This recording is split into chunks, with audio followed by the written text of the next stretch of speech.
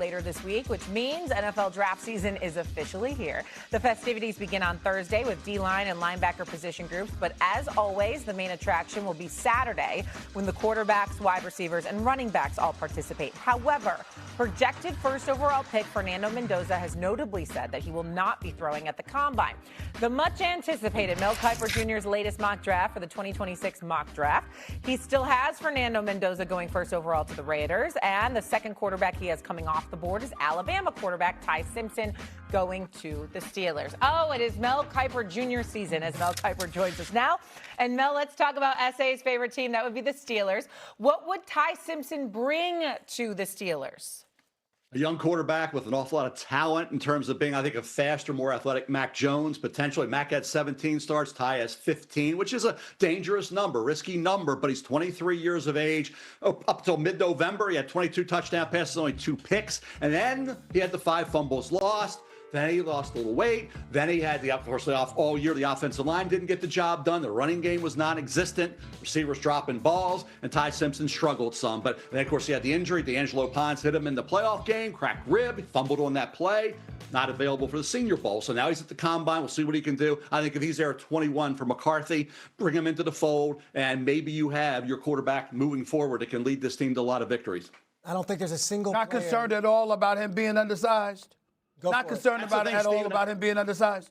That was the concern. They claim that now he's going to be 210, 215 at 6'2". Mac Jones was 6'2 and a half, 217 coming out. He's done pretty well. He had that really good rookie year, if you remember. Fell back. Josh McDaniels wasn't there. Now he's in San Francisco doing a great job. Now everybody wants him. He was up in New England. Now you're looking at a guy that I think in Ty Simpson at Pittsburgh, they're not going to be worrying about next year. They can't worry about the 2027 draft because guess what? They want to be back in where they are, a little further down. So in order to be getting one of those top guys next year, Arch Manning, Dante Moore, you're going to be picking 1, 2, or 3. And so for the Steelers at 21, I know Kenny Pickett, everybody's going to bring up. He went around that 20 spot, didn't work out for Kenny. Ty Simpson, you take another shot at it. You got to do that with quarterbacks. So, this is a division with Burrow and Lamar, right? We'll see what Shador keeps developing. End of the day, the AFC's loaded with quarterbacks. They got to keep up with their division, and I think Ty Simpson will be a good place to try to maybe catch lightning in a bottle at pick number 21 with a quarterback who can definitely whip the ball to any point on the field. I don't say this with any hyperbole or exaggeration. I don't think there's a single player who will be at the NFL Draft Scouting Combine. There's going to be over 300 of them who has more to gain than Ty Simpson. There is a giant hole in that number 2 quarterback spot. And if you're telling me, Mel, that not one of them's going in the top 20 based on all of the drafts we've had in this league's history where prospects always surge at the last moment, you're going to get 6 quarterbacks out of the top 12 2 years ago. When we were at this point in the calendar year, no one was saying that. If Ty Simpson goes there on Saturday with the entire league watching, the entire country watching, while Mendoza is on the sidelines in a hoodie saying, I'm good, I'm not competing, and he lights it up, he's not going to be available at 21. The Jets at 16 will be a team that wants to take him, or one of these other squads that is so quarterback hungry. I think Malik Willis is the most attractive free agent quarterback. We have a supply and demand problem at quarterback right now. Sure. Ty Simpson can go and seize this thing, and on Saturday, if he performs well and he shows out, he's not going to be available at 21. Oh, Peter, you make a great point because back in mid-October, even in the mid-November, when he was at 22 touchdowns, only 2 picks, they were talking about him as QB1 maybe with Mendoza, right there with Mendoza. At the worst, still going in the top 5. And then all of a sudden he was struggling. Then it's the emotion of evaluating and looking at players. Emotionally, people are saying, oh, he's not getting it done. He's not a starting quarterback. They were watching in real time, prisoners of the moment, right? Saying, no, what I'm seeing here isn't a starting quarterback in the NFL. He's only got 15 starts and he's struggling. But you got to factor in all the things he was working through then and had to work through later. So for me, I'm with you. Ty Simpson got him at 16 in Mach 1.0, dropped him to 21. Some think he'll be there at the Rams pick. Some think he's a second-round guy. Opinions are all over the place, as you know, on these quarterbacks, and Ty Simpson certainly right now is one of those. Well, damn it, those opinions don't matter to me as much as the great Mel Kiper Jr., okay? I'm going with your opinion. So let me ask you this, Mel Kiper. If in order, I want to know right now your top 5 quarterbacks in this draft. Well, we know Mendoza's easily 1 and Ty Simpson's easily 2. At 3 could be Drew Aller coming off that ankle at Penn State. Carson Beck's in that mix. Cole Payton in North Dakota State's in that mix. Obviously, you got all the other guys. Taylon Green is talented. Taylon Green coming out of Arkansas, formerly of Boise State. Inconsistent accuracy. But he's an LTPer, as Drew Aller is. There's 2 LTPers right there. They looked the part.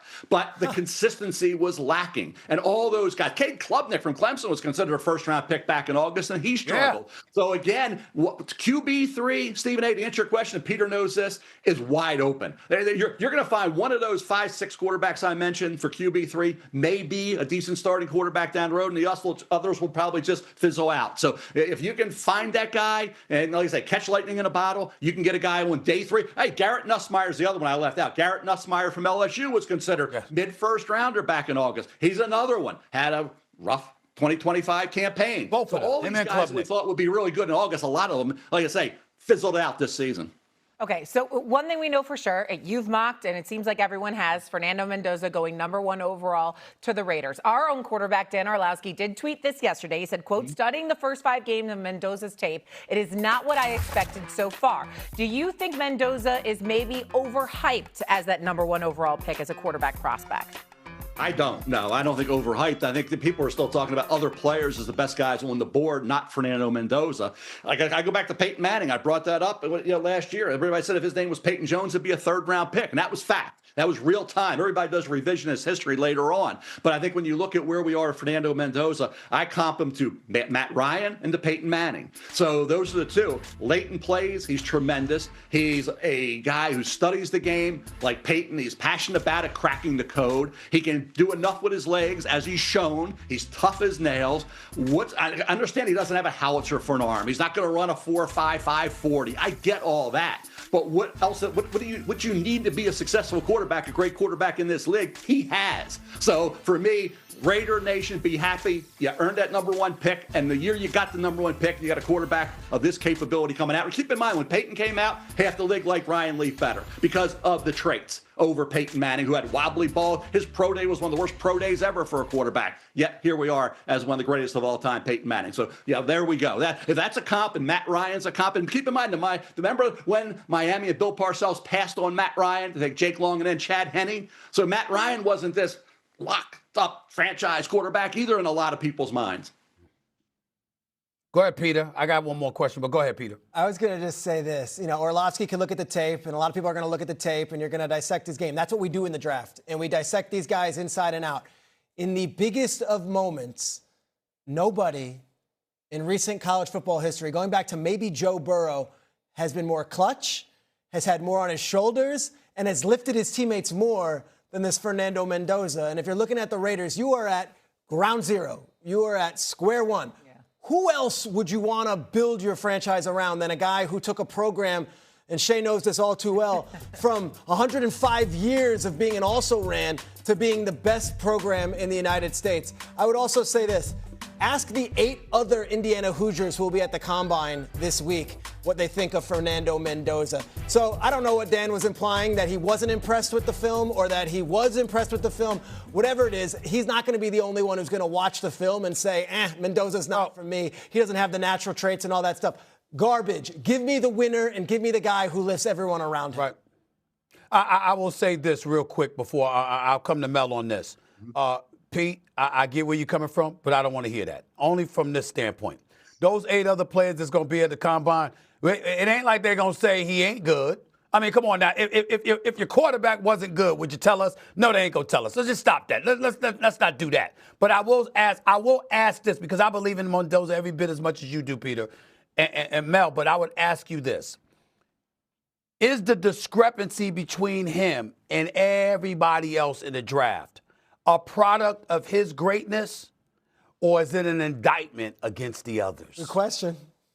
Well, I'll tell you what, if Arch Manning was in this draft, let's go right to Arch. Arch had inconsistency with terms of accuracy. You're drafting Arch on the potential of what he can be. Keep in mind, we would have had 15 starts coming into this draft as well. So everybody's saying it would have been a lock thing. This would have, again, you get into Arch Manning, super talented. Next year, he may be the lock #1 quarterback, slightly ahead of Dante Moore, and be the guy we're talking about like we did with Trevor Lawrence and I did with John Elway back in 1989. We may be doing that with Arch. Right now, though, we're not doing it. He needs to improve. Just like Fernando Mendoza went from 41 sacks at Cal in 2024, dropped that number down dramatically. Regular season was like 17, 18. What he needed to improve on, he did. And what Peter said is important. Late in a play, when that play is late, you got to do the 4th, 5th option. Do you throw it away? What do you do? Do you throw it away? Do you run? Do you find that guy? And he found that guy. He made the right decision late in plays time and time again. So for me, he was going to go to Yale. I mean, in his legs, he showed that. Like I said, I understand he doesn't have elite traits, and I hate that term. They say about Ty Simpson. They said it about Peyton, right? Said it about Shador. They said it about doesn't have elite traits. They were knocking Jackson Dart last year. Tyler Shuck, they knock them all. If you say you hate a quarterback, 9 times out of 10, you can always say you're right. The haters of Josh Allen are still saying they're right? So if you hate everybody, 8, 9 times out of 10, you're going to be right because you're never going to give it up till the guy wins a couple Super Bowls, right? So, I get the hate on quarterbacks, but realistically in this draft, Fernando Mendoza, I think, is the best player in this draft, and certainly he's distanced himself from every other quarterback, incling Ty Simpson. Stephen A. Mel, I look at it. I was going to say, Pete, I'm sorry. Go ahead. I got a question about Dante Moore, but go ahead.